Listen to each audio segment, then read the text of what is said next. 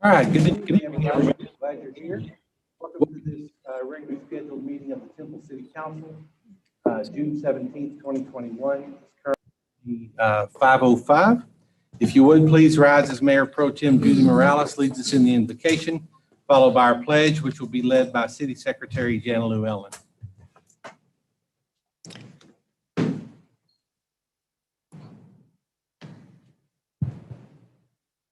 Join me, please. Father, God of justice and mercy, thank you for the gifts of life and the opportunity to serve the people of our great city. Help us to act with character and convictions. Help us to listen with understanding and goodwill. Help us to speak with clarity and restraint. Give us a spirit of service, Father. Remind us that we are stewards of your authority. Guide us to be leaders your people need. Bless all those who are here today. Bless our nation, our national and local leaders, our mayor, our council, our city staff, our police, our firemen, our men and women, and all the medical workers and first responders. Help us to be kind and compassionate to one another, forgiving one another. Fill us with your overflowing, with your love for each one of us. Teach us to do kindness to those who are in need. Help us to see the humanity and dignity of those who are with us. Let us treat all persons, no matter how weak or poor, with the reverence. And finally, Father, renew us with the strength of your presence and the joy of helping to build a community worthy of your love. Father, we thank you for being the Prince of Peace. We ask for that your supernatural peace will reign in our hearts. And thank you for the simple but life-changing message of your love for each one of us. We ask this through your precious Son and Savior, Jesus Christ. Amen. Allegiance to the flag of the United States of America and to the republic for which it stands, one nation, under God, indivisible, with liberty and justice for all.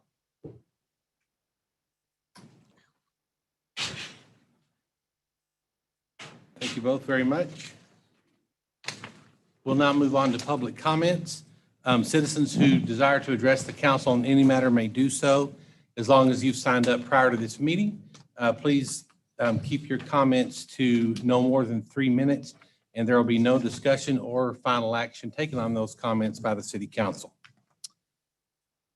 So first is Bryn Myers. You have 3 minutes. That's right. Extra motivation. Thank you, Mayor and Council. You guys know me, but my name is Bryn Myers, 2 North Main Street, Temple, Texas. I'm sneaking in here on public comments because I want to recognize one of our employees for some really great work that he helped us with over the last several months and really came to fruition yesterday when we were awarded grant funds for 2 really exciting projects for our community. Jason Deckman. Jason, will you join me here? So Jason is a senior planner. You guys know him. He does great work for our organization. He handles a lot of our planning cases. He's one of our project managers for our mobility master plan. He's a great photographer. I've heard he's a pretty good cook, although I can't verify that firsthand. He can stir a pot, but he is also a mastermind at the regional planning effort. So it's K-Tempo, the Killeen Temple Metropolitan Planning Organization, which is the way that we get state and federal funds for transportation projects in many cases. The process is complicated. There are a lot of acronyms involved. There's category 2 and 4 and 7 and 9 with different formulas and rules and ways, and he knows it in and out, and he's passionate about it. He works hard for Temple, but he also has a sense of regional cooperation that really serves us well in the long term. So I just wanted to present him with a little bit of a rock star. This says, "We built this city on rock and roll." No, scratched out. "Amazing planning skills." I'm presented to Jason Deckman in recognition of your incredible work on the Mobility 2045 Metropolitan Transportation Plan.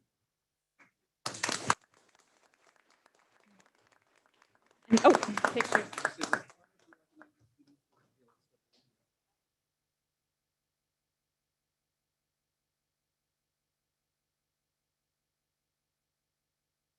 And just so everyone knows what these really amazing projects are, the first phase of the Georgetown Railroad Trail, which is, I know, an exciting thing for everybody. And then we also got some funding for turn lanes off of State Highway 95 onto the future extension of Blackland Road, which, as you know, is an important project in support of TISD and their future elementary and elementary school site. And not part of this, but he's always trying to get us grant funding. And he also recently got us grant funds for sidewalks on Apache leading up to Western Hills Elementary School, which is, he really took on as a personal project and got us across the finish line. So thank you, Jason, for everything you do. I appreciate you.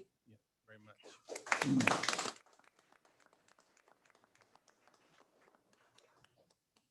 I just want to confirm, I have also served on that K-Tempo board where the grant funding came from, and it is a very complicated process, and you have to have your head in the game from start to finish.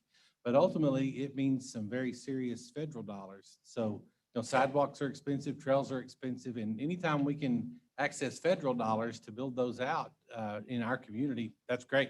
So Jason, again, I don't pretend to understand that whole process, and I've been doing it for 6 or 7 years on that board.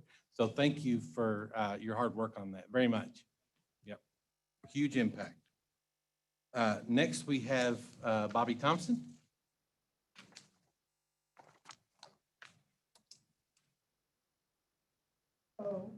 Hello. Congratulations, Mayor Davis, on your re-election. I'm very happy you back in your seat. And on behalf of me and Chester, so I'll tell him I told this, I just want to tell you, we appreciate you and we love you. Now, Judy, for you, I also want to tell you that we're grateful to you too. And it was a pleasure when we saw both of y'all at the celebration today, Juneteenth. That lifted my spirits. And I just want to tell y'all, please come again. It was just so wonderful. Just to see people laughing and smiling again and talking and walking, and that made me feel good. Now for that, I want to ask one question. How long will it be before the grass and trees are mowed by Jeff Hamilton Park in East Temple, getting about 6, 7 feet tall? I just ask y'all, please don't forget us, and thank you. Thank you, Ms. Thompson. Thank you for your kind words, and Judy and I enjoyed the celebration today too. Yep. Next up is Jim Halley. Did I say that right? Halley?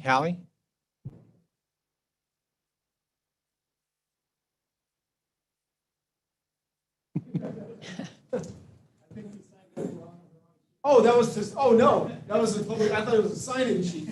Well, listen, you're up. If there's something you need to say, this is it. Yeah.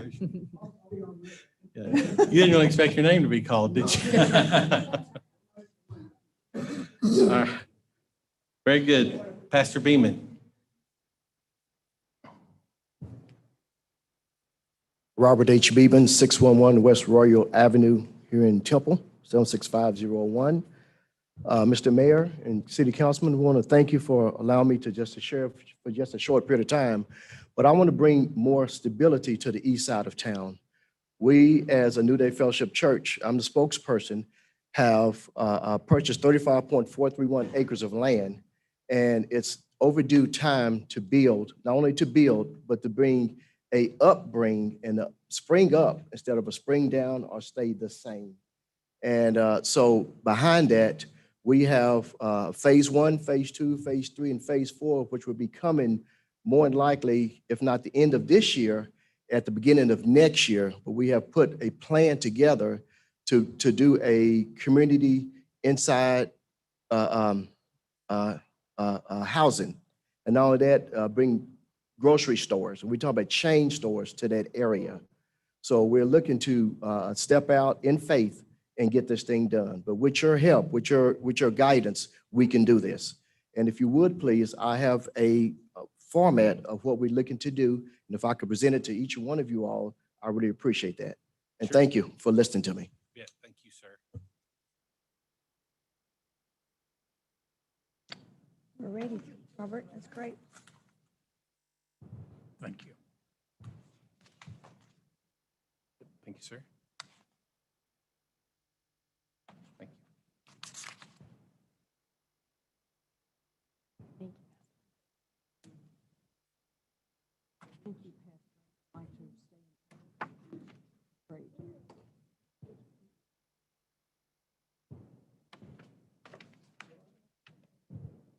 Pastor Beeman, are you finished at the microphone? Okay, let's move on while he's passing that out. Mr. Deontay Davis, same thing?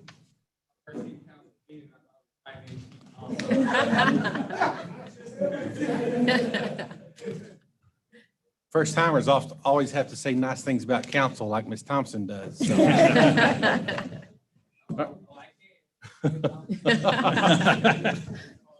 Oh, gosh. How's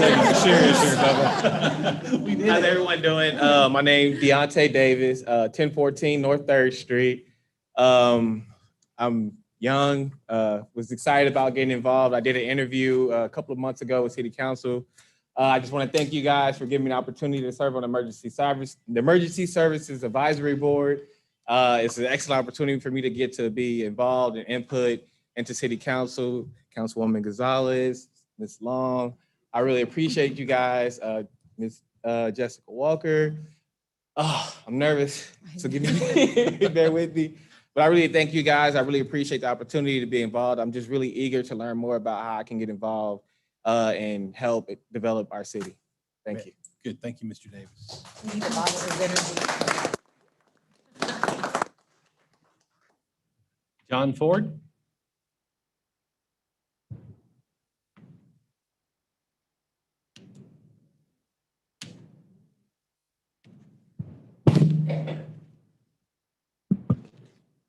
Good evening, and thank you for allowing me to speak here for a few minutes to y'all. First, want to thank the mayor, the city council members, the chief of police, fire chief, I assume he's here somewhere. I'm both deeply saddened and bothered it has come to this. I'm here to give, or at least try to give, the due thanks to a very special thank you to a Temple police officer that my wife and I are forever indebted to, Detective Mike Terpstra. Detective Terpstra was there for our family when it seemed no one else was. Detective Terpstra was the glue of our family during an extreme hardship. He is truly what I consider to be the gold standard of policing. With the assistance of Mayor Davis, Chief Sean Reynolds, and State Representative Hugh Shine, we were able to give Detective Terpstra at least some form of recognition. I'm saddened to learn that citizens are not allowed to speak with City Manager Bren Myers.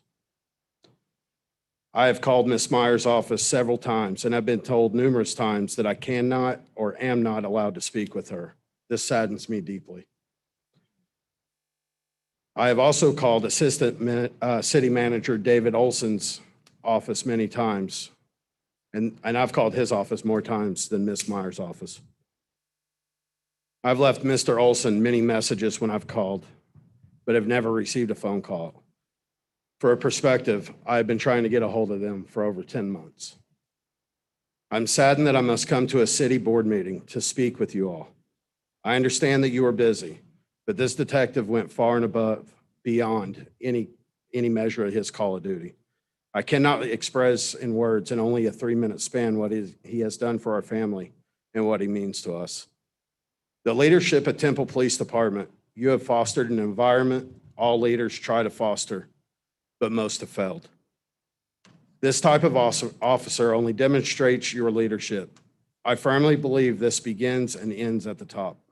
Congratulations to you, your department and staff, and the city of Temple is blessed to have you here.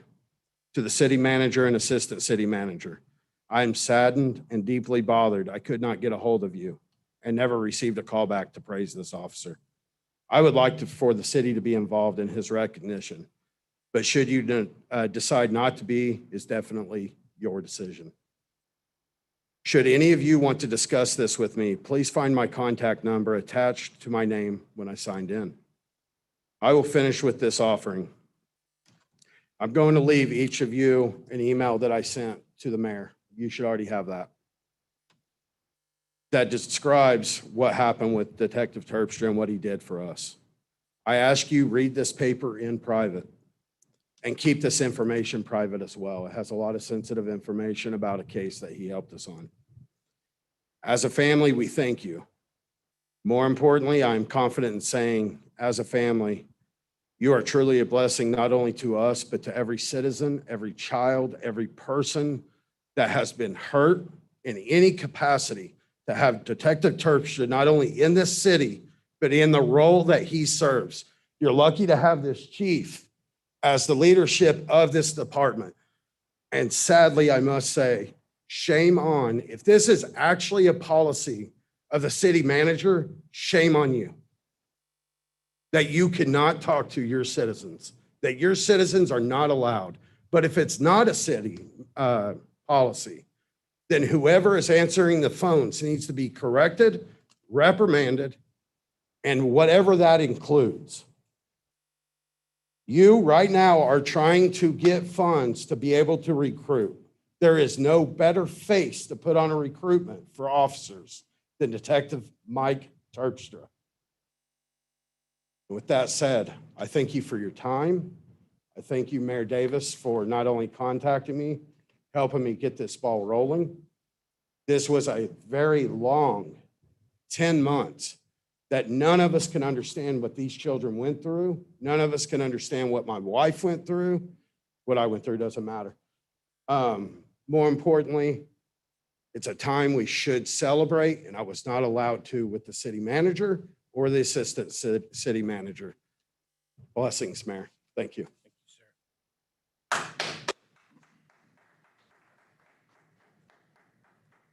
I'm going to break from normal public comment decorum. Normally, we don't say anything. And obviously, you guys can tell Mr. Ford's very passionate, very emotional about this.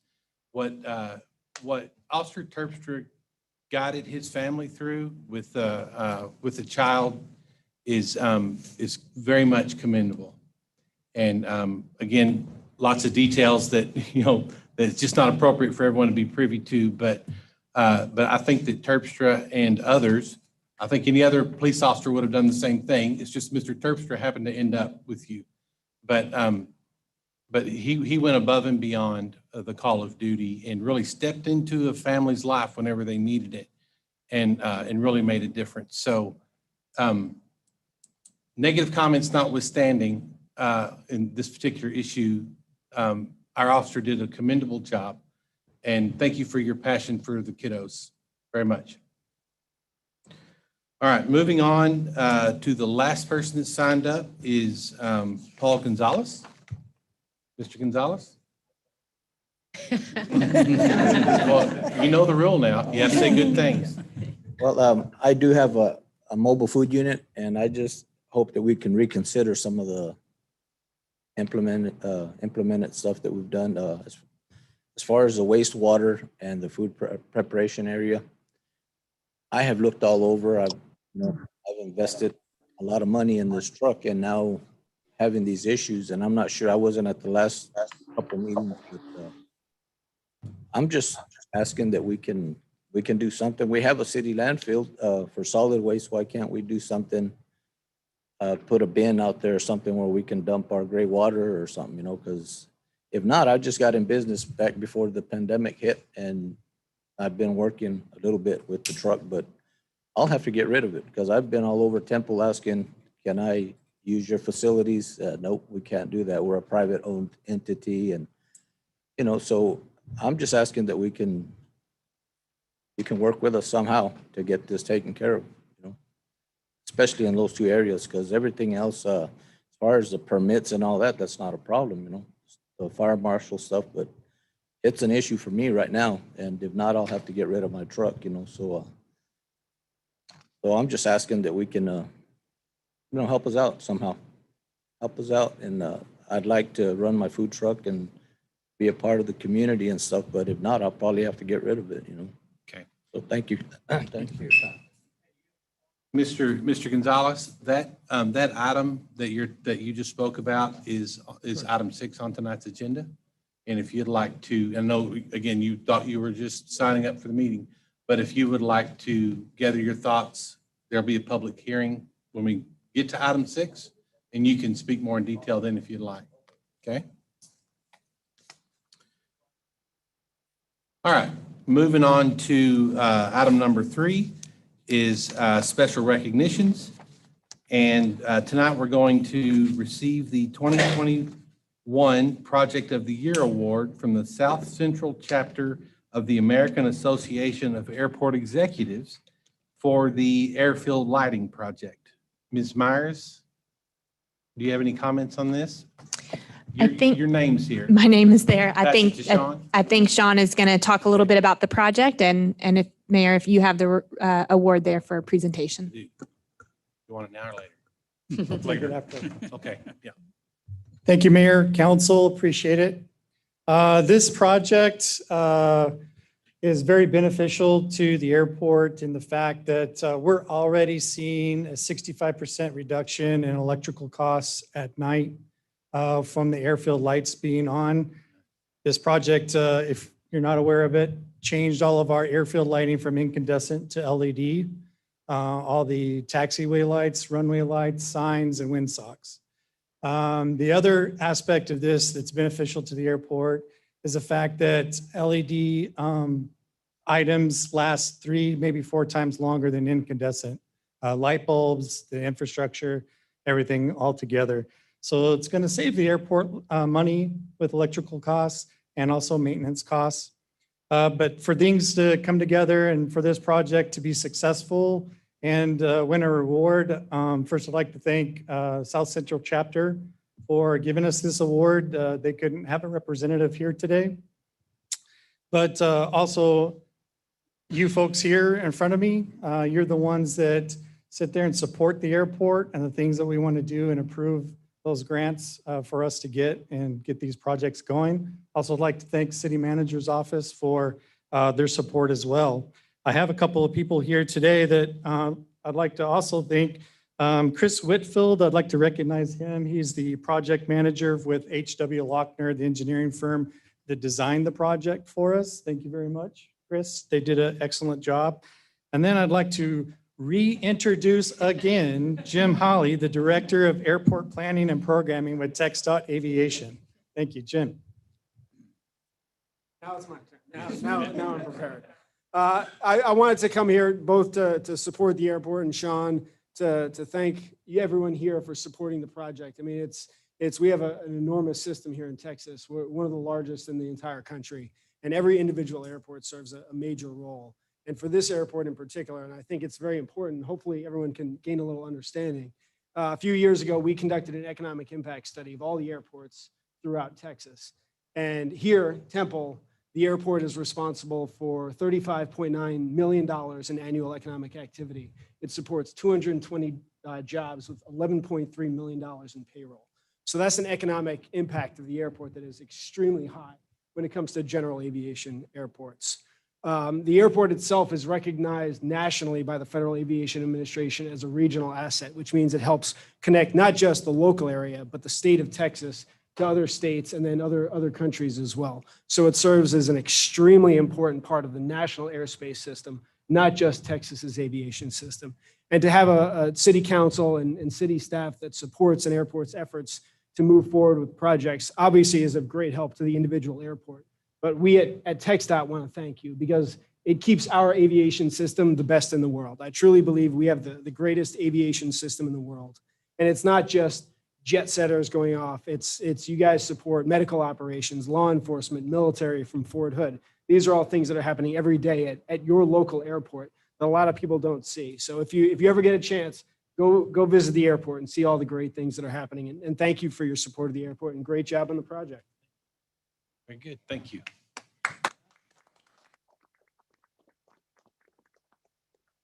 So the award reads, it's presented to the Drawn Miller Central Texas Regional Airport, KTPL Airfield Lighting Project, in recognition of the great strides taken in completion of a project that has a major impact on improving environmental conditions.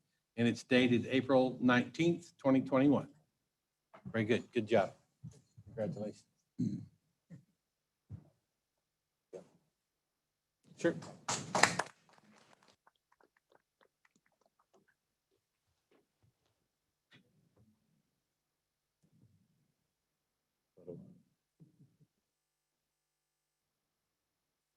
I think it's more awkward to walk around the table.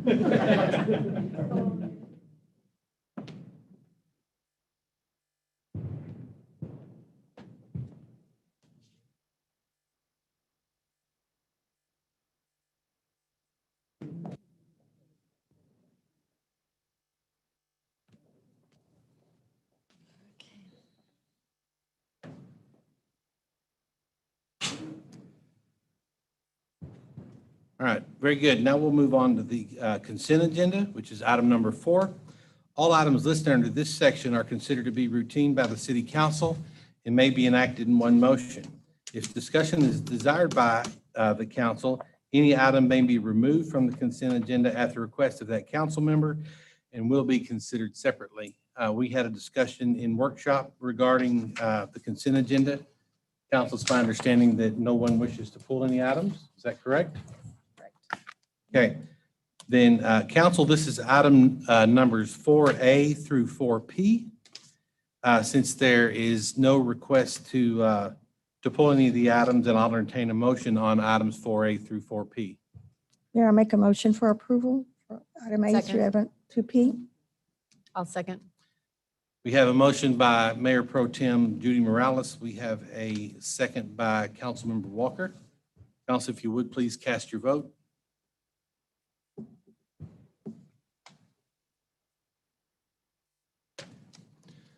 Item number 4 passes 5 votes to 0. Now we're going to move on to the regular agenda.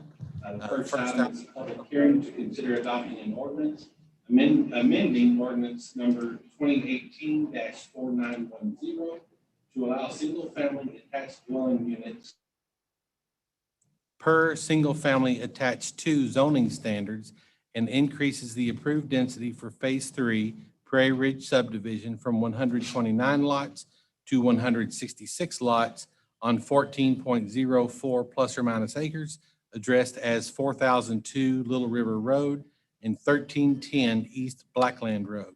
Mr. Chandler. Thank you, Mayor and Council. We should really try to work on getting shorter item descriptions for you. But so it's my pleasure to present this plan development amendment, and Turley Associates, on behalf of the developer and owner Emilio Perales, are the applicants. And so just quick background, you'll see on the right, this is at Little River Road and East Blackland Road, the northwest intersection. And so you'll see phases 1 and 2 that have already been platted. And so really what we're talking about is the property to the south of phases 1 and 2 for phase 3. And so what is proposed is allowing single-family attached housing in addition to the single-family detached, just traditional residential homes that are being built in phases 1 and 2. And so that requires a plan development amendment, and these would meet single-family attached to dimensional standards. The other relevant ordinance items would still apply. And so just looking at the phase 3, as mentioned in the item description, this would increase the number of lots from what was approved in the preliminary plat from 129 lots to 166, and that is increased density. And just as a reminder, this is future TMED, and before TMED South was developed, this project came in, and so it was zoned plan development, single family 2, incorporating TMED standards. And so they will continue to develop with those standards, just a different type of housing use and style. And so you will see, let's see if, looking at the left, you see the ordinance that was approved. And of course, these are turned 90 degrees. And on the right, and so something to point out is that per TMED, these single family attached uses would have access by an alley. And that's to improve pedestrian access so that the sidewalks in the front don't have driveways intersecting with them and on every lot. And so you can also see the dots on here are street trees. And so just like in phases 1 and 2, you have 5-foot sidewalks with street trees between the sidewalk and the street.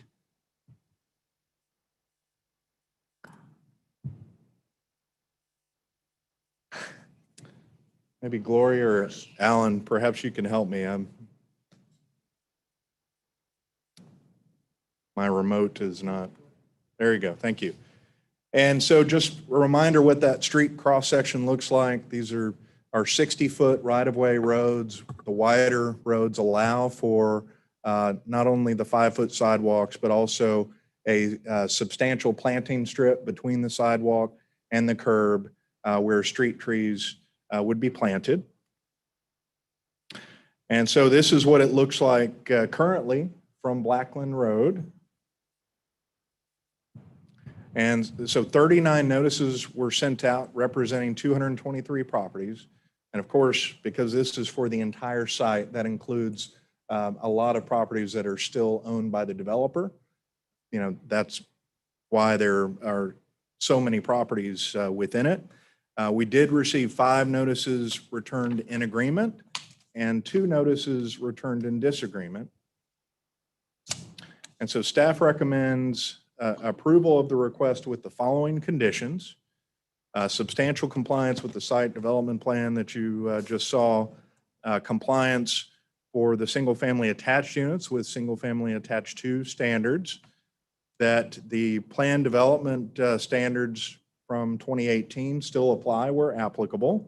The remainder of any balance of private park requirements that are part of that ordinance would be addressed in phase 3. An amended preliminary master plat to show the entire, phases 1 through 3, that planning and zoning would approve that, and that the director of planning and development, who happens to be myself, is authorized to approve minor changes to the site development plan.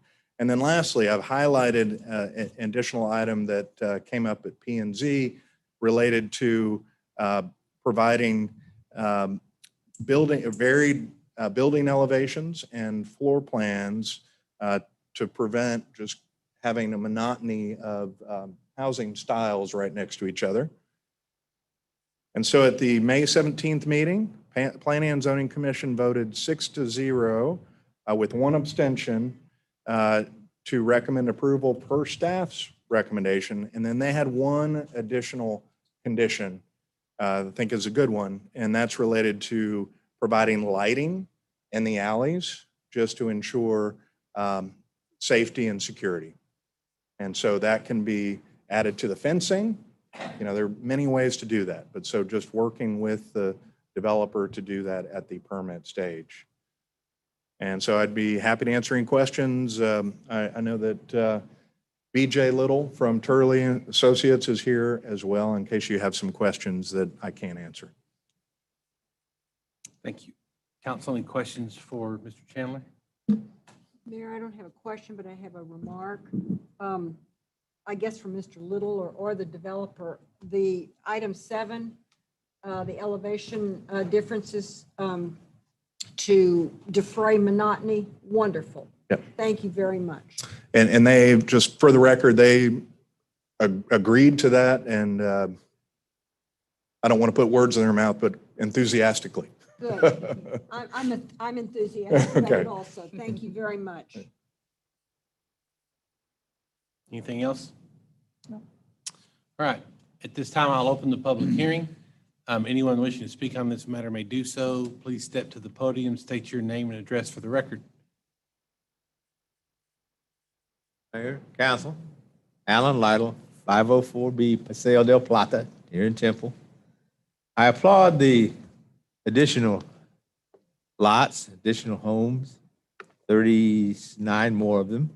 Unfortunately, when I came to this meeting this evening at 5 o'clock, my trash hadn't been picked up yet because We have way too many houses and they're outstripping what we allotted for the growth in our sewer and our waste, solid waste departments. Poor guys are working until 9 o'clock at night. It's dark when the guy gets finished. Let's see if we can't, I don't want to stifle growth, but it looks like we're going to have to do something to keep up with it in our departments. Thank you. Welcome. We're in the process of going through a Public Works Master Plan that will include adding routes. So, anyone else? Is there anyone on the virtual platform?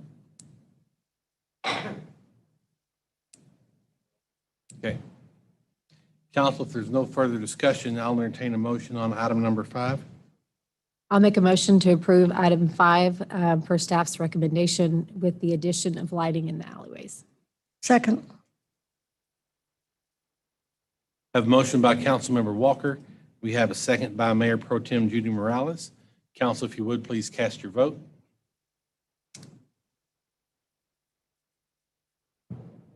Item number 5 passes 5 votes to 0.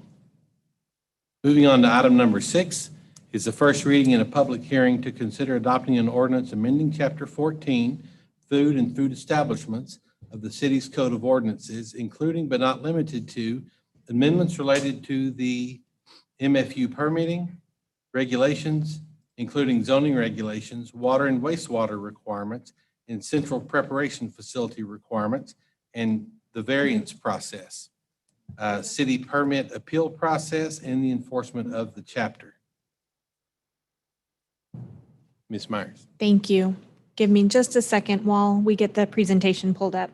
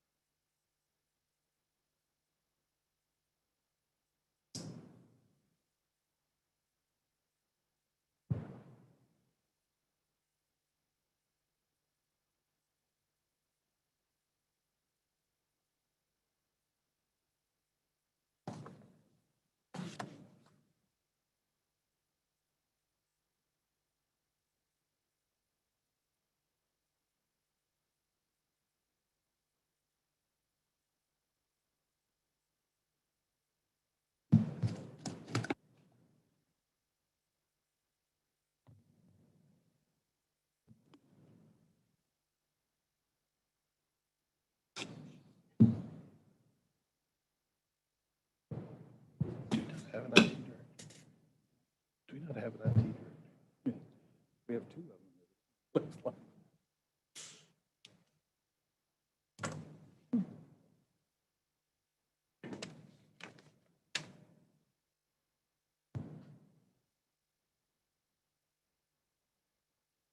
Sorry about that. Okay, so thank you, Mayor and Council. We are going to talk a little bit about some proposed amendments to Chapter 14, which is our Code of Ordinance chapter on food and food establishments. The purpose of this chapter is the protection of the public health and safety of the citizens and visitors of the City of Temple by establishing minimum standards of sanitation and safety for food establishments. The reasons for considering Chapter 14 amendments include it's part of our ongoing goal to update and modernize our Code of Ordinance, the codification of the city's current food establishment policies in compliance with state law, regulations to address mobile food unit fire safety concerns, and proposed regulations related to concerns regarding water and wastewater violations. Mayor and council, you'll recall that you adopted the first set of amendments to Chapter 14 in December. At that time, we missed an important step in making sure that we engage with the stakeholder community that either owns or operates or somehow is involved with a mobile food unit. So we, over the last few months, we've been working on that process to engage with mobile food truck owners and operators. And based on the feedback that we've received from those workshops, we do have some additional amendments that we're proposing for you tonight.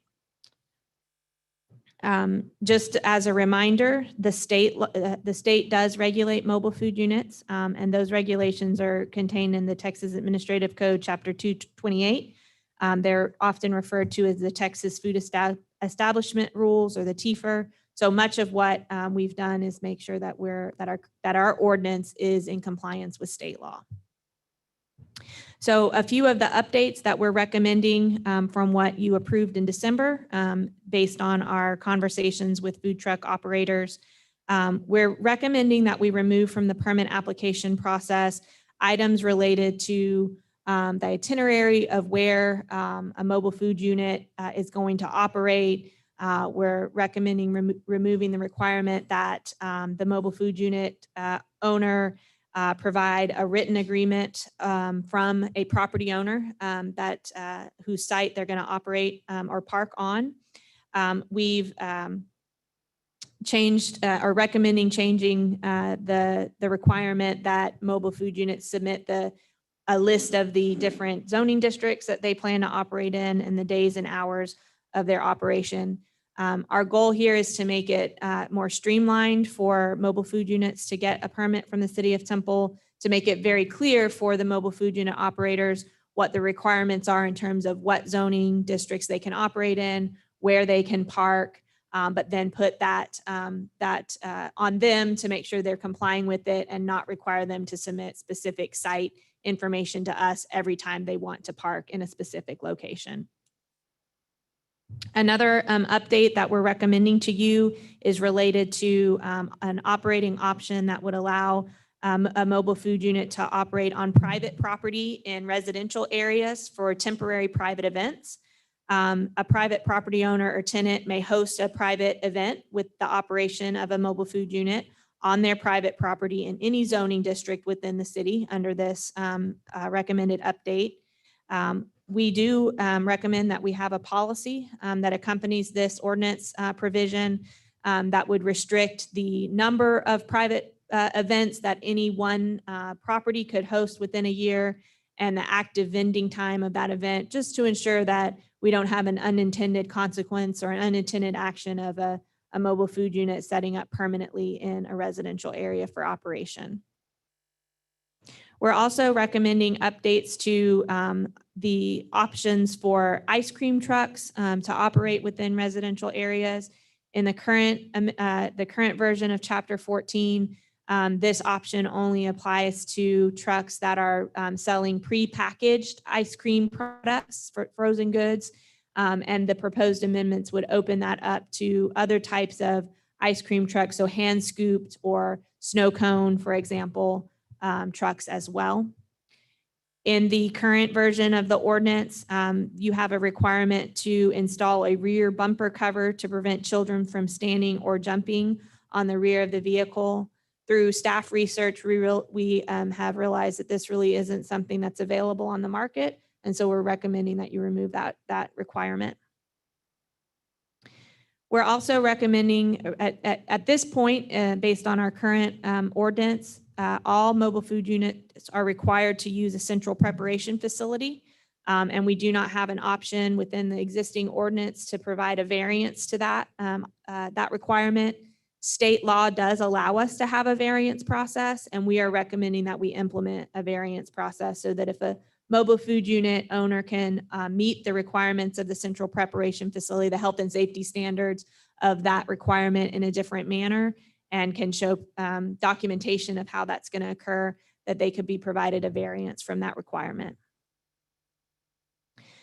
We did have some conversation with mobile food unit owners and operators and have had this conversation multiple times with council and P&Z But currently, the ordinance does not allow mobile food units to be stored at residents. So that is still part of the current recommendations from staff. And then finally, we talked a little bit about this just a few minutes ago at our work session, but our current version of the ordinance requires that all preparation, serving, storing, and displaying of food and beverage be done on the mobile food unit itself. We got some questions about this just a few days ago, and staff checked with the state on what the state law allows related to this. The state law does allow cooking and grilling outside of the enclosed mobile food unit as long as the actual grill or pit is covered where the food is being prepared. The state requires all further food preparation, so slicing, cutting, assembly to be completed inside the mobile food unit.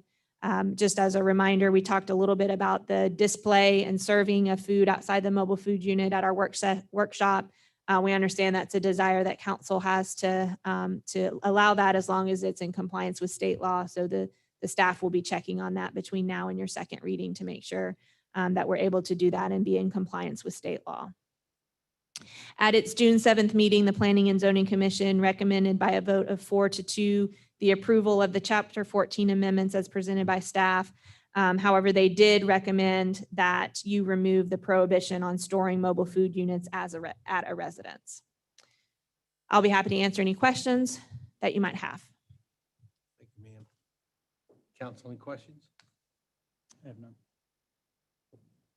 Okay, very good. This item is subject to a public hearing. Anyone wishing to speak on this item may do so. Please step to the podium and state your name and address for the record, or raise your hand on the virtual platform.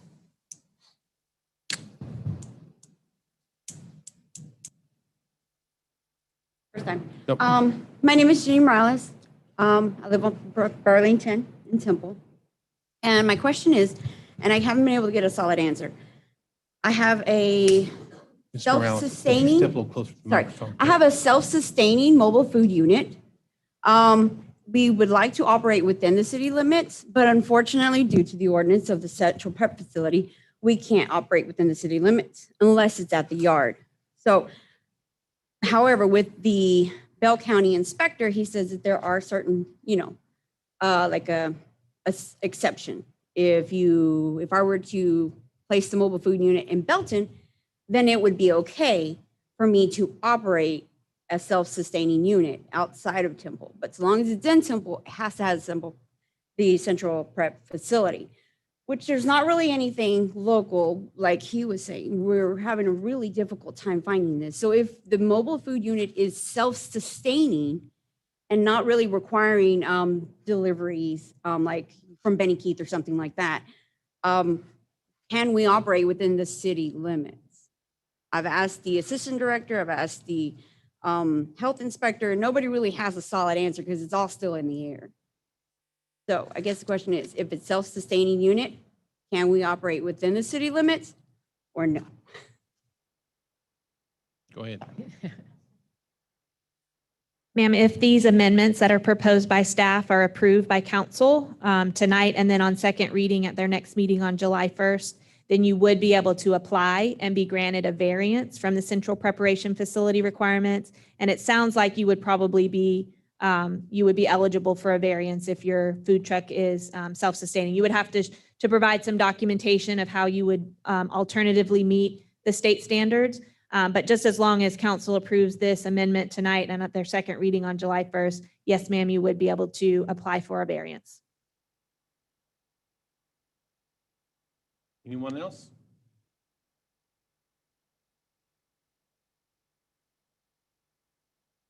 I own an office building downtown Temple, and I was in the food industry for Name and address, please, sir. James Furch. So I was in the food industry. I was a GM for Red Lobster for many years. And I guess my concern is that you're putting TCP catering in, and they're designing that building just for this purpose, so these guys can sit here and use their facilities to make money. Whereas you go to Hutto, Round Rock, the Domain, all these different food courts all over the state, and they don't have the same agenda that y'all are having. But These guys, they had to sit here and go prepare their food and stuff in a special place so somebody else can make money off of it. That makes no sense to me. No different than the wastewater. I have sewer back up my building. Nobody's fixed it. Why can't he just take his wastewater and dump it into the sewer lines of the city? You find a place for him to go just dump it. You make a special hole. It's no different than anywhere else. Am I right? I don't think that's correct. How is it not correct? Because if they can sit here, if your sewer Because lines are food backing up waste into. is different than. I understand sewer that, waste. yes. Grease traps and stuff. Well, you ask Pignetti's how the grease traps work for them, because it backs up into my building. My point is that you can find a special place for them just to sit here, no different than TCP catering. Find them a place to have grease traps and stuff that pay the whatever it is to go do that. Why not? You're putting these people out of business because you want special stipulations. So places like them and other companies are going to have to, they got to use those facilities in order to sit here and prep their food and store their food trucks and everything else. That's not right. You know, I'm not trying to be a jerk, but you know, I was in the food industry, and you're putting small businesses out of this area. I count on living downtown to walk around to these food trucks so I can have something to eat, not just go to Pignetti's or go to Cheese Brothers. I would like to go to these guys and sit here and enjoy some different types of food. But whenever you sit here and you're putting all these stipulations, they're moving to Belton, they're moving to Killeen, they're moving to Austin, they're moving to Hutto. They're not going to stay here. Well, what we're doing here is we're bringing this Chapter 14 into compliance with the state. So I assure you that Austin is in compliance with the state. Hutto will be in compliance with the state. City of Temple has been more lax than any other, I shouldn't say any other, that's not correct. But for a long time, these food truck operators have not been required to operate within the state guidelines. The state guidelines are there not only for the food truck operators to do business well, but to also assure the safety of the patrons that are eating at the food trucks. Absolutely, So I they're- agree, because they're- I don't want to go home and get sick. But also it goes back to the same fact is that these other cities are doing it, and these food trucks never have to move off premises. They, you know, what's to stop this gentleman or this lady to go park their food trucks in front of my office on a Friday night and run it? I mean, if I have a kitchen, can they not use it? Is it a, I can find, approved I could put a prep commercial facility? kitchen in. That's not an issue. I'm just saying, I'm not trying to be a jerk. I'm just trying to say, y'all keep trying to promote downtown, and you're trying to promote all these businesses to come down here. Your infrastructure is not there for it. And then these guys are trying to make a living. Y'all get a check every day. You're telling them that they can't have a check anymore. it's not what we're saying. How is that not what you're saying? You're just sitting there telling them that Every he doesn't small do what he's business- supposed to do. Sir, every small business has to comply with something. I understand Right. that. I do every I don't day. get to operate my business outside of any sort of state regulations. Other people don't either, and this is an attempt to bring food. And I understand, I have a small business. I know. I've It's- looked you up many We, times. You know, and you work hard to make ends meet. I get it. I do the same thing, but I still have to comply. Right. And I we're talking understand that. about, you know, whenever we talk about food waste, we're talking about dumping waste into a system that is very expensive to upkeep and could end up affecting people literally further down the line. Right, they And do. so Pignetti's it's- does it very well for me. Well, it's very important that that we bring this industry into compliance. Okay. I'm not trying, again, I feel for small business owners. I used to be one. Not anymore. I make way more than I have to anymore. But the whole point is that these guys like Pignetti sit here and they dump their grease into the sewer lines. And that's why our sewer lines keep backing up. Your guys come out here to down central all the time and pulling out rags and stuff out of the sewer lines, and you're worried about them? That's all I gotta say. Y'all gonna do what you're gonna do. Thank you, sir. Ms. Anyone Myers, else? I just wanted to ask Ms. Myers, the central prep facility is not a requirement if they can provide within the food truck all of their cutting, slicing, dicing, correct? Right. So state law does require that a mobile food unit have a central preparation facility that they return to daily, but does give a local health authority, the city and Bell County Health District, the authority to provide a variance for that requirement, as long as we can provide documentation, the mobile food unit owner can provide documentation that they are able to meet the health and safety standards that are the underlying reason for that requirement in an alternative way. So most likely, if a mobile food unit is self-contained with the ability to do all of the food prep, cooking, washing on the mobile food unit itself, which many mobile food units are, maybe even most, then they will be able to, if you adopt these amendments, then those mobile food unit owners will be able to apply and be granted a variance from that requirement. State law does not allow a blanket variance or a blanket exception for all mobile food units within a certain geographic area to be granted a variance. You have to look at the specifics of that mobile food unit, but very likely many of our food units will be able to be granted a variance from that requirement based on these amendments. So I understand the ability, I understand self-containment, right? Everything happens right there on the vehicle. But at the end of the day or the end of the week or whatever, when it comes time to discharge waste, what happens then? I know there'll be gray water. There does have to be an approved water and wastewater plan where the mobile food unit owner or operator can show that they're meeting our water and sewer regulations, which remember, come from a federal Clean Water Act down to us. One of the amendments that we're proposing that Amanda's going to talk to you about in the next item is the ability to allow a mobile food unit to use a liquid waste transporter to dispose of their liquid waste, their grease as well. So that is an option. So a mobile food unit who doesn't necessarily have to move to a service area to dispose of the waste, as long as one, they've got a variance from the central prep facility, and they have some approved water and wastewater plan. And again, one of the things that staff's recommending, and assuming you approve staff's recommendation, one of those options would be a liquid waste transporter. Okay, thank you.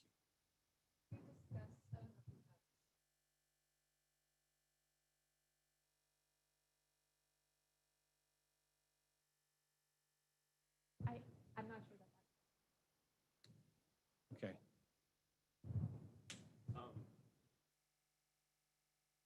Okay. Deontay Davis, 1014 North 3rd Street. I am part of the Main Street Advisory Board, Economic Vitality Committee. One of the things and subjects of a Vitality Committee is to make sure that we have business retention and that businesses are able to sustain themselves in our downtown environment. One of the things that we have saw is that talking with a lot of the food truck handlers, they did state that if these amendments aren't approved, that they, in all likelihood, they would go and relocate to somewhere else. So we spent, millions of dollars on our Santa Fe Plaza, on our trail walk to provide a place for them to be at, and then turn around and make it to where they don't actually want to even be in downtown Temple. I don't know if anyone's been out to Summer Fun, but they have a great plaza that they're building up. They have a lot of food trucks going out there. So again, it's not the amenities that the food truck operators are looking for, it's the accessibility. So one of the things that we're looking at in downtown Temple with our First Friday promotions, we've had a lot of individuals coming down from Temple. They were excited. We have new owners and other downtown stakeholders that wanted to start promotions for First Fridays that bring in a lot of travel. It brings in a lot of excitement from our residents. With that, and with these amendments aren't accepted, it would prevent a lot of individuals and stakeholders from having First Friday promotions, so where they could have food truck operators. Our Main Street was one that we had a stakeholder, she wants to do it every First Friday for the next, until the end. We had, I think, Unique Perishables, which doesn't even do a food service, but she was like, well, I want to do something for First Friday, and I want to have some food trucks offered and be available to cater my event. So we've been getting more and more people excited about doing something for First Friday, locking down those blocks. And again, I think it would be a huge disservice to our residents to not allow them the opportunity to see so much new different choices, variety. As I'm a 30-year-old kid, I know one of the things that we're always talking about with each other is there's nothing to do in Temple. There's no fun, there's no excitement. And for the first time, we've really seen a huge change in having something to do, having something available for our residents. So my question is, if we are not prepared to accept these amendments, what do we propose as, are we prepared to lose that, what we're building and really gaining stride? Are we prepared to lose that? Well said and understood. Thank you. Anyone else? Anyone on the virtual platform? Okay, very good. Council, anything else for Ms. Myers? All right, then at this time, I'll entertain a motion on item number 6. Mr. Mayor, I'd like to move to approve the Chapter 14 amendments as presented by the staff, with the addition of allowing the preparation, service, and display of food and beverages adjacent to the mobile food unit with the conditions as required by the state of Texas. I'll second it. We have a motion by Councilmember Williams. We have a second by Councilmember Walker. Council, if you would, please cast your vote. Item number 6 passes 5 votes to 0. Moving on to item number 7 is the first reading and a public hearing to consider adopting an ordinance amending Article 7, Liquid Waste of Chapter 38, Water, Sewers, and Sewage Disposal of the city's Code of Ordinances. Ms. Rice. Hi. Thank you, Mayor and Council. Sorry, I'm going to try to go to the top, which did not quite work. All right, so this is a companion item to Chapter 14 amendments that you just passed. It is in Chapter 38, as I think Bryn discussed a couple of sessions ago. Chapter 38 covers the city's water code, and that includes the safe disposal of liquid waste. So Article 7 of Chapter 38 is our liquid waste article. It lays out all the regulations of how to safely dispose of liquid waste generated by any kind of establishment, but it includes food establishments. And as we were discussing the Chapter 14 amendments, recently our Public Works Department brought up the fact that we have not specifically addressed mobile food units and their liquid waste in this article, especially in regards to having an outside storage tank to hold that liquid waste.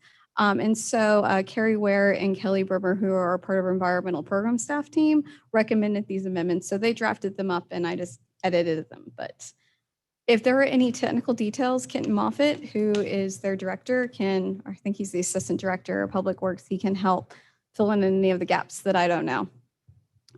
But just so y'all know, we've been talking a lot about state law regarding mobile food units. And so I put in the slide an excerpt from the specific section of the TAC that deals directly with mobile food units. If you look at that section, it has pretty much every requirement that you would expect or think about when you think about mobile food units through state law. It's in the 228.221 of Chapter 25 of the Texas Administrative Code. So basically what the state requires is that if any liquid waste results from the operation of a mobile food unit, that could be from cooking, cleaning, washing your hands, etc., the waste has to be stored in a permanently installed retention tank.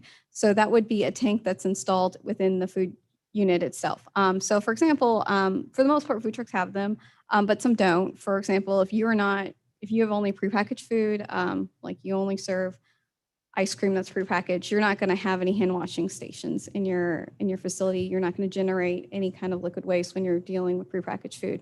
But for the most part, if you're openly handling food, you're going to have this retention tank installed in your mobile food unit. State law does require that tank to be thoroughly flushed and drained in a sanitary manner. It does not say how, it just says that you have to. And then it lists a couple ways in which that can be done.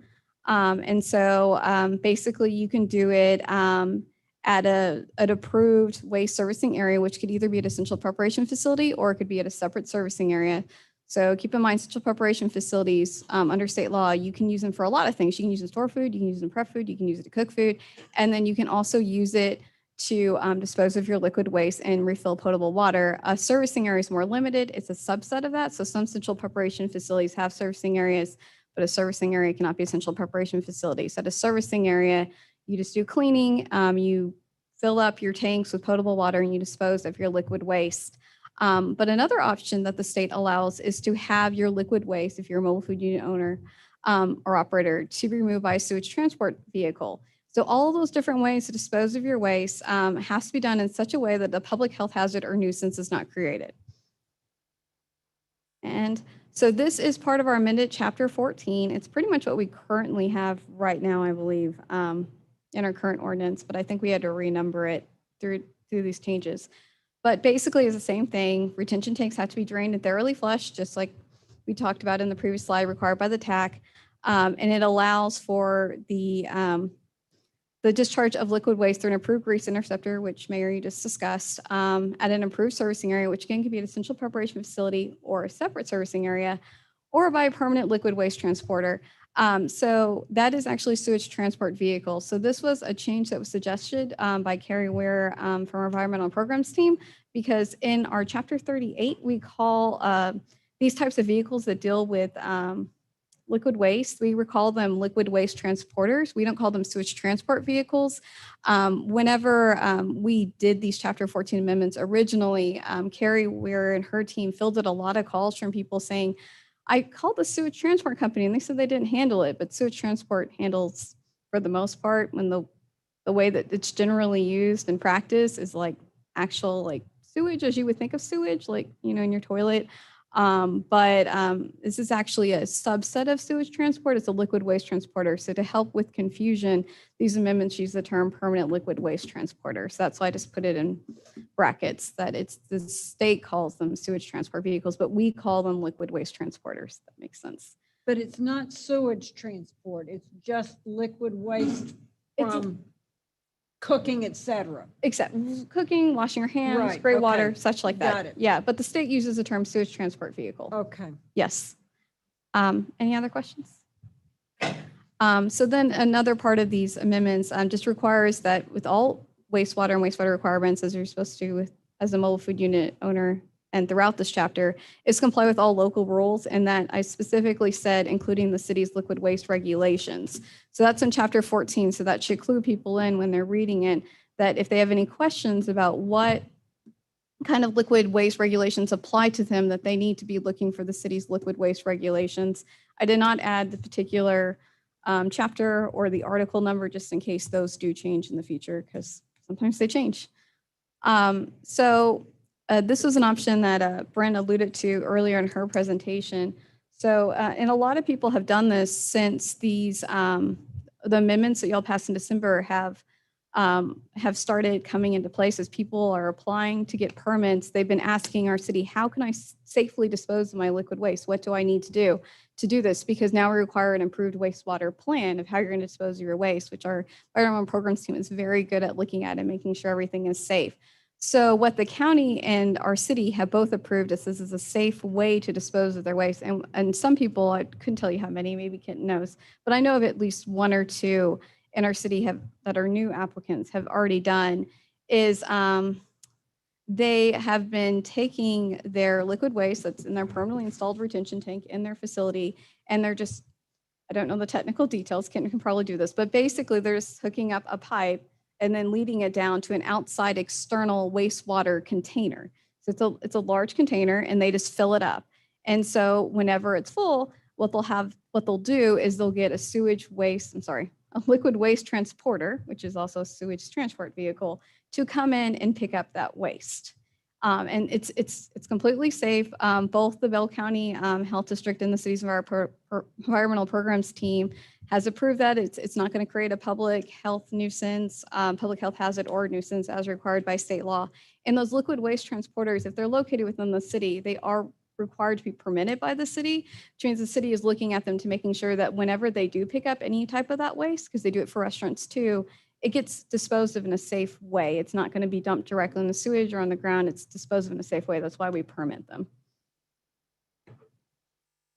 All right, so this is part of the amendment. So the proposed amendments to Chapter 38 to help tie Chapter 14 and Chapter 38's liquid waste article together, provide regulations for mobile food unit wastewater disposal containers. So first of all, they just allow for it because right now our chapter, because we didn't have very many mobile food units when liquid waste article was originally written, we didn't actually have that written in our code. We've been allowing it because it is a safe practice, but we didn't have that written into our code. So this just adds that. It also prohibits the use of a wastewater disposal container by more than one mobile food unit without city approval. The reason for that is that our environmental programs team is wary of, because they're only so big, you know, this tank is only so big, of having, if there's a couple of mobile food units located at a particular property, let's say 3, and they all want to use the same one, it may not be big enough to hold all of their waste. So they want to make sure that before more than one mobile food unit uses it, the city looks at it and they're like, okay, well, it's only, you know, this big. So you need to either A, get a bigger container, or B, you need to start pumping it more frequently, just to make sure that we don't have wastewater leaking out on the ground and every person is thoroughly flushing their retention tank as they're required to by state law as often as they should. It does set a minimum requirement that that mobile food unit wastewater container be completely evacuated every 90 days unless the city determines that there's an earlier evacuation is necessary. For example, it's full, the pH balance is off, it's growing bacteria, things like that. Or if the city grants extension, and there's specific instances in the chapter amendments, if you look through, that says specifically when a city may grant an extension for those evacuations just to make sure everything's safe. And then it also requires mobile food unit operators to service their grease interceptors or grit traps if they have one in their servicing area for their mobile food unit operator or mobile food unit, or it depends if they have both, and remove their mobile food unit wastewater disposal container if the mobile food unit, for whatever reason, ceases operation. For example, someone doesn't want to operate their container or their mobile food unit anymore. They decide they want to go to business. They want to change jobs. They just don't want to operate it anymore. Whatever reason they do, they're going to have to make sure that all of those wastewater containers that they have are safely evacuated and pumped out in a safe way. If that's not done by the time that that operator no longer owns that mobile food unit, that responsibility then will switch to the new owner of the mobile food unit. And I'm sorry, Alan or Gloria, could you go to the next slide, please? Thank you. All right, so then that's in, I think, Division 2 of those amendments we just talked about for the mobile food unit regulations themselves. So this is currently in our Division 3 article, which handles liquid waste transporters, which I talked about, that lays out all the permanent requirements and regulations related to those. So basically, the way it's currently written, it prohibits a person from owning or operating a liquid waste transport truck from servicing any grease interceptor, grit trap, or cesspool without a city permit, and provides regulations relating to such services. So, for example, they have to create manifest logs, they have to show where they're dumping their waste, things like that. These proposed amendments apply the same prohibition. So basically, require if someone's going to pick up liquid waste from one of those wastewater disposal containers, they're going to also have to get a permit from the city. And then it applies those exact same regulations that apply to grease traps and grease interceptors and grit traps to those wastewater disposal containers. It just basically applies those same requirements. We're just adding in mobile food unit wastewater disposal containers because those are not specifically addressed in our chapter. And that's it for me. I'm welcome to discuss anything that you have and take any questions that you have. Does anybody have any, possibly shed light on the expense of having this liquid transportation done? I don't Maybe some of the know. mobile, I mean, does anybody know what that costs to have Yeah, that you done? know.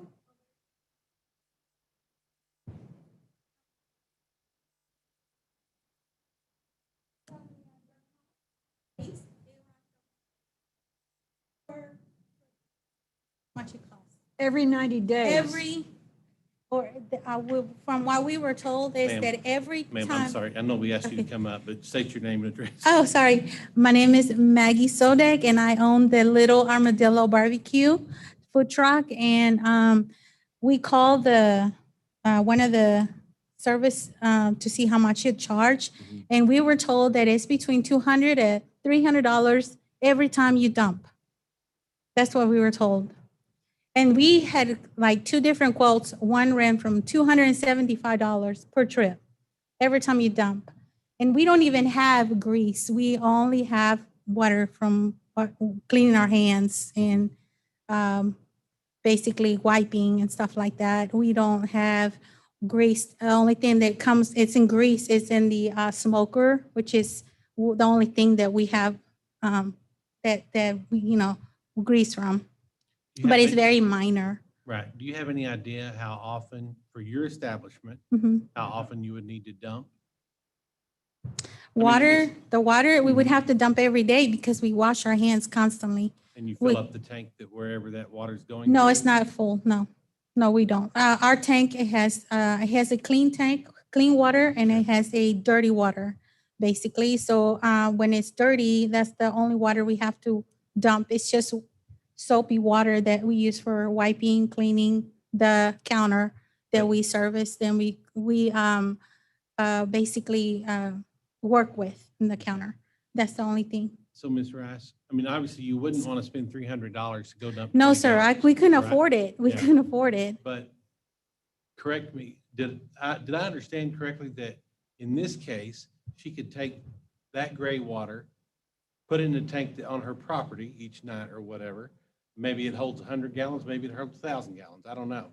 But then a liquid transporter that could then come by her establishment and pick up that larger tank that might hold, the ordinance is up to 90 days worth of waste, right? I mean, Yeah. No, you're fine.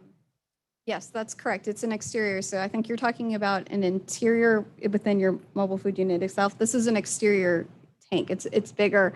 I'm not sure how much bigger. Again, Kenton, can you speak to that? probably by different sizes.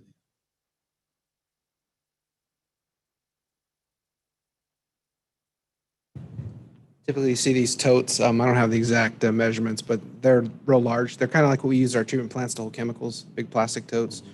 Typically on the order of, I'm going to say 4 or 5 times as big as what you see on a food truck. It's going to depend on the food truck, of course. So I'm kind of guessing there, but they're significantly larger. So you'd be able to cut down the trips with those. Just kind of why a lot of people like them. So thank you for that input. And do you have anything else? No, I just wanted to, speak on behalf of everyone that has a small business, that I feel like the proposals that it was put in place is kind of a little harsh for a small business to be able to survive, in the fact that you have to pay $300 for every time you dump, and then you have to rent a building for you to cook your food when you have a perfectly well-fitted kitchen into your mobile, that there was no need for another establishment to cook out of and then transfer food over to the truck when there's really not a necessary need. I feel like the truck itself has a kitchen with all the with everything that's needed for you to prepare your food in the truck. And if you're at the end of the day sold everything, there's nothing to be stored. The only thing you have is paper plates or, utensils or what have you. Everything else is gone. For the most part, we never have to take home anything. Everything else was gone at the end of the day. So for us, it was not, it was too much for us to sit there and rent a building for us to cook and then transfer the food over to the truck. And I feel like if the truck has a kitchen already, why can that be considered as your commissary, so that And they can, Ms. Sodick. So that's what we were just explaining with Ms. Myers. Yes. As long as you get a variance from the city, just Mhm. proof that it's self-contained. Okay. Then, or self-sustained. Uh-huh. You don't have to have the central prep commissary facility. for outside Correct. and all of that? Okay, Correct. that's what we were, And that's what Yeah. was just voted. yes, That's what Yes. just passed, okay, the previous Yes. issue. okay. So chapter 14 would allow you to prep on the food. unit. Open the unit, Yep. okay. Mhm. So Yep. if you're, let's say, One concern with this council, and I think with state law, mhm, is someone preparing the food in their own kitchen at home. Oh, yes, And it's not that, and that is because your own kitchen at home cannot be inspected for correct, cleanliness and safety. right, The truck can, right, so that's why preparation on the truck would be allowed. right, And a central preparation facility, right. you can obviously prepare there. I mean, it's in the name. Mhm. So you can Yes. prepare there Yes, because those things can be inspected. yes, So just to be sure that everyone's clear, you can prep on the Oh, truck that's right. okay, and from, Because we have from raw separated. goods all the way up until it's prepared, right, for consumption. And then at the end of the day, or week or month, whenever it's appropriate for you to dump the onboard tank, you can dump that into an off-board tank. And when that off-board tank is full, then you could then hire a liquid transporter. that would be So, great. That yeah. would be great. Yeah, I just want to be Yes. sure. I know we talk about a lot of stuff up Mhm, here, mhm. but at the end of the day, you want to be able to prep, Yes, wash your hands, yes, and make a living. yes, And we get that. It is not the goal of Right. the city to put anybody out of business right. whatsoever. We appreciate you so much for listening to everybody. You bet. Mayor, I just Yes, want to clarify because we have a very on-the-ball citizen that reminded me Mhm. on the item 6 that I just mentioned just passed, that was the first reading. We have a second reading in July, July 1st, I think. And It will be, assuming it okay, passes again, which, okay, just so you know, tomorrow it's not ready. okay, no problem, because I will have like the gentleman said, we had intentions on going outside of the city limits due to this or a new thing. So, I was like, 'cause I couldn't afford it to do it here, so I appreciate that you did consider all of that, and we're grateful to still do business here in the city of Temple, so we'll continue to do it. So to Mr. Thank you. Davis's point, Mhm. right? Yes. He volunteers on these downtown committees. Yes, And we want First Friday to be a success every time. yes, We want people to have the options to go eat. If they Yes. live downtown, to be able to walk to the yard and eat. So whenever you are talking to other food truck vendors, mhm, I would ask you to tell them about this conversation yes, and then to also tell them to be sure and get a copy of the ordinance and gain a very good understanding of that yes, themselves okay, before they decide to go out of town. absolutely. Thank you so much. Because Mayor we do Davis. appreciate your food. Well, thank you.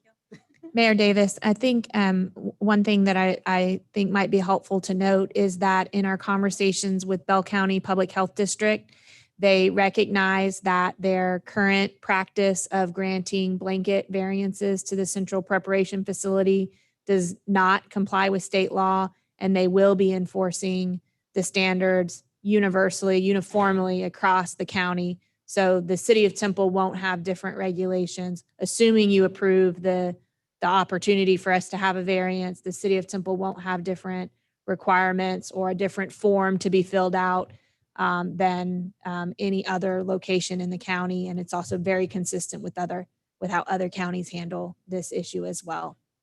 And one other note that I wanted to make sure council remembered, when you adopted the amendments in December, you granted a 6-month grace period for the central preparation facility, and we're still within that. Are we still within that timeframe? We're right at that timeframe. So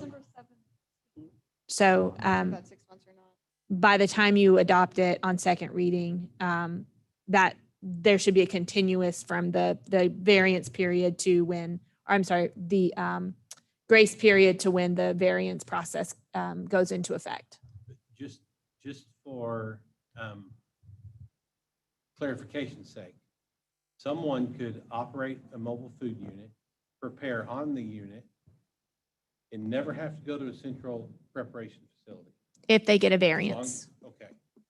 State law does require that they have to get a specific variance for their specific food truck because they have to show that their food truck and their operation complies with the underlying health and safety criteria that the regulation related to central preparation facilities was intended to ensure. So there is not an opportunity to grant just an overall exemption but each food truck may apply for a variance and So theoretically, every food truck, you can't apply a blanket variance, but every food truck, if they went through the process, theoretically could have a variance. yes, if they could show that they were able to meet those standards. So a food truck that was self-contained, like we've heard from tonight, which is very common, is very likely to be able to receive a variance. And the rules for granting the variance will be consistent countywide. Thank you. Do y'all have any other questions or any other comments? Mayor, you have not opened the public hearing. Oh, you are correct. I have not. I'm sorry. Oh, I am so sorry. So this item is subject to a public hearing. Anyone wishing to speak on this item may do so. Please step to the podium, state your name and address for the record. Deontay Davis, 1014 North 3rd Street. The question I have, so how does the rules apply to food trucks that, how does the ordinance apply to food trucks that actually use their waterway services outside of city limits of Temple? So the way that it's currently written in the amendments that City Council just passed is that if someone is disposing of their water and wastewater outside of the city, they're going to have, or they're getting their water or they're disposing of their wastewater outside the city, they're going to have that approved. It would be called a servicing area because that's where the servicing area does. You get your water there and you also dispose your wastewater there. It has to be approved by the city. They can, I think the Bell County Public Health District is also going to ask as well, because that is part of the variance requirements that Burns is talking about. They put together a new form that very specifically lays out where you're going to get your water, where you're going to get your wastewater, but it would have to be approved both by the county and by the city, and it's going to have to be in compliance for state law. So for example, if someone has operating within the city and then they are going outside of the city and they are going to dump their wastewater in a way that is unsafe, that could create a public health hazard, and they notify the city, hey, I'm just going to dump it in my house down my kitchen sink. The city and the Bell County Public Health District will not approve that because, as the mayor said, that's not appropriate. Waste from a food truck is a lot different than your regular kitchen waste. So that would not be approved. But all those water and wastewater plants, regardless of where you're getting your water, where you're getting your wastewater, they will have to be approved by our environmental program staff.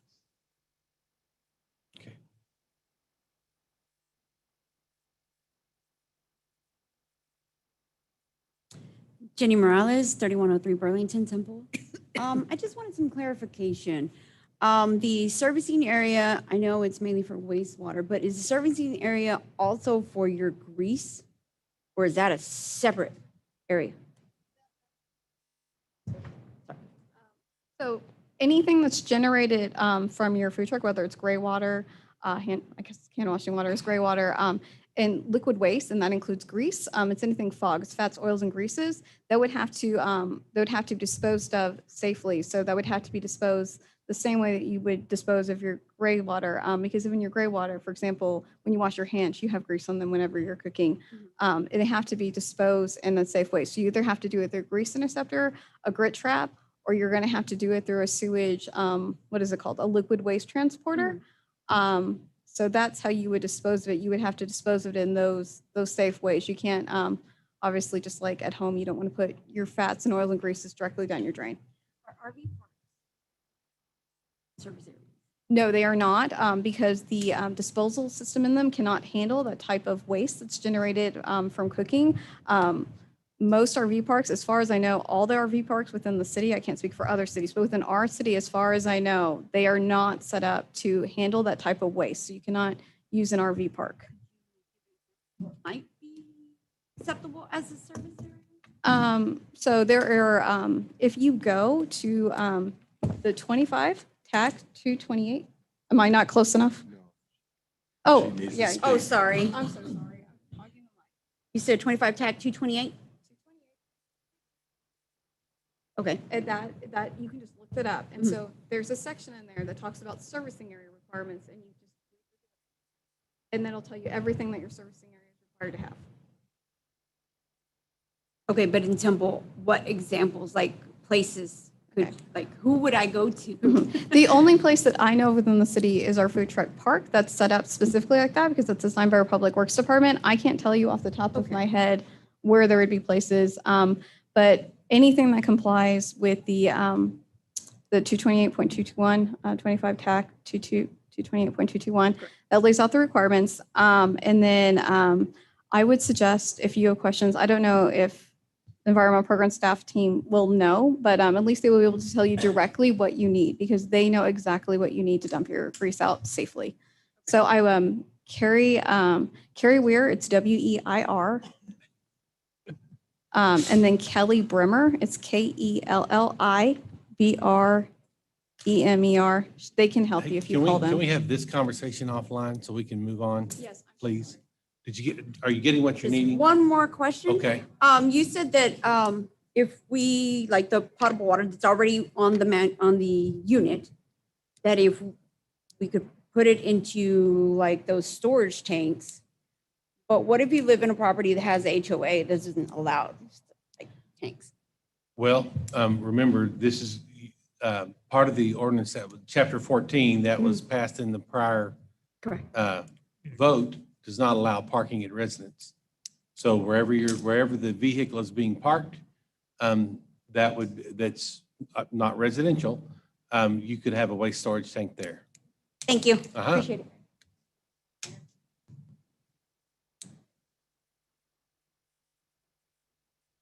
Alan Lytle, 504B Paseo del Plata. What you just mentioned, Mr. Mayor, concerns me. I appreciate that they need a place to dump wastewater, but their food trucks get inspected. Where they set this tank, is that going to also get occasionally inspected to ensure it's not leaking out like we inspect gas tanks and other type tanks in our own sewer system? If we're letting them have a 1,000-gallon or even 500-gallon wastewater on their property or in a, I would assume that if something's leaking, that would be considered a violation. yes, but who's going to know is the question. Do we have somebody that goes around and checks these things? Thank you, sir. Thank you.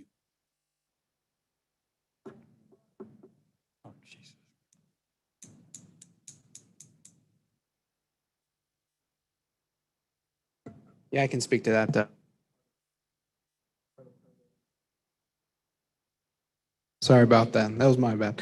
Part of the permitting is you get permit. Our environmental programs has record of what's going on, so we'd be out there periodically to inspect it. So that would be the plan. It's a process. And if we get called, we go and check it out and make sure everything's okay. Address the issue. So. Very good. Anything else from the audience?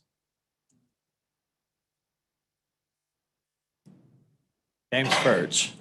My comment is who regulates like Pignetti's and Cheese Brothers? I've been living downtown since 2010. I bet my sewers are backed up at least 20 to 30 times.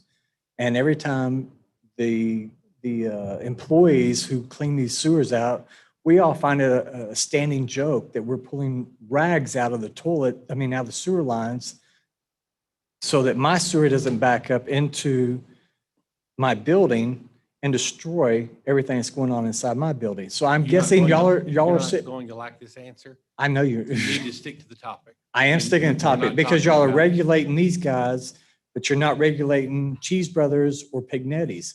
These guys have probably cost y'all a few $100,000 in the past 10 years. Different topic. Okay. Thank you, sir. Who else? Anybody on the virtual platform? All right, very good. Then at this time, I'll close the public hearing. And council, if there's not any more discussion on item number 7, I'll entertain a motion. I move for approval of item number 7. A second. We have a motion by Councilmember Williams. We have a second by Councilmember Walker. Council, if you would, please cast your vote. Item number 7 passes 5 votes to 0. Moving on to item number 8 is to consider adopting a resolution approving the final plat of Odell Edition, a 9.484 plus or minus acre, 1 block, 4 lot residential subdivision situated in the Maximo Marino Survey, abstract number 14, in the extraterritorial jurisdiction of the city of Temple in Bell County, addressed as 10002 Hartrick Bluff Road, with an applicant requested exception to the Unified Development Code, section 8.1.3, which states, which is to waive the requirement for fire hydrants. Mr. Chandler. All right, thank you, Mayor and Council. And of course, that is why it's before you. P&Z is not the final plat authority if an exception from the subdivision code is requested. And so just to orient you to the site, on the left, you can see it's the rectangle below what is the Hartrick Ranch subdivision currently under construction along Hartrick Bluff in our extraterritorial jurisdiction. And on the right, you can see what that looks like and backs up to the creek. And so this area is 9.484 acres, residential subdivision, 4 lots. And water is to be supplied by an existing 4-foot water line, 4-inch, pardon. That would be a huge water pipe. The sewage would be addressed through on-site septic, and the applicant is requesting the exception to fire hydrants, and thus you all are the final authority. And so UDC section 8.1.3 states that fire hydrants are not required in our ETJ when all of the following 3 circumstances are met. The plat is not within the city fire district, which is the case in this one. But 2, the city does not provide water. Well, this is connected to city water line, the 4-inch one that was referenced before. The third one, the city has not proposed to annex the area, which is absolutely the case. So 2 of the 3, and the middle one with the city providing water means that it requires council approval and not administrative approval. The Temple Fire Marshal and as well as the Little River Fire Chief have no objections to this. And the fire chief was reached out to as a result of P&Z's discussion. They really wanted to make sure that Little River was okay with that. And of course, City Council, the final approval. And just very quickly, this diagram is turned 90 degrees. It's just to show you water lines that are existing and proposed along the Hartrick Ranch subdivision. And the takeaway here is that it'll be a 12-inch. However, that 12-inch is not going to extend down to this piece of property. This piece of property will have the 4-inch line, which is not determined to be sufficient for fire hydrants. And so here, this is looking at the Hartrick Ranch subdivision across from the property, actually across into the north. And here's the subject property looking west. And here's the property on the back side. So you can see there'll be some fantastic views from those lots. And so P&Z at their May 17th meeting recommended approval of the exception and of the plat by a vote of 5-2. And the 2, there were just questions or concerns about whether they could feasibly install hydrants. And so after additional analysis and discussions with, our fire marshal and the fire chief in Little River, and also looking at the cost, it just was not determined to be feasible to be able to extend that 12-inch water line and install the hydrants. And so staff recommends approval of the exception as well. And I'd be happy to answer any questions. Council, any questions? A request like this is not out of the ordinary. Correct. And in fact, virtually everywhere else in the ETJ, no fire hydrants. A water truck would be the solution if a fire event were ever to occur. And I think P and Z brought this one up, the question, because a water line is so close, and there are fire hydrants so close, but those are fire hydrants on a 6-inch line. So, Mr. Chandler, I think you answered this question. Mhm. Yes, sir. If you don't mind. There are other homes along the west side of Hartridge Bluff, the narrow, the room for one house, and that looks over the river. Or there's no fire hydrants in any of those existing areas. so actually there are to the north. Let's see, let's look at one of the early maps, but to the north, there are homes that do have fire hydrant access directly across from them. It's still on the east side of the road. The homes are on the west side, but certainly within a hose lay distance. Difference is those are on those have a 6-inch water line rather than 4, Okay. which is considered to be the minimum. Thank you. You're welcome. Very good. Let me just show you where that is real quick. So, is it showing up either way on the left? Just to the south of 93 on the west side, those homes do have access to fire hydrants on the east side of the road. Yes, sir. Right. Okay, thank you. You're welcome. Council, anything else on this item? All right. There being nothing, then I'll entertain a motion on item number 8. Mayor, I'll make a motion to approve the resolution for the final plat of the Odell addition, item 8. I'll second. We have a motion by Councilmember Long. We have a second by Councilmember Walker. Council, if you would, please cast your vote. Item number 8 passes 5 votes to 0. It's now about 6:46. Thank you all for attending, and this meeting is adjourned.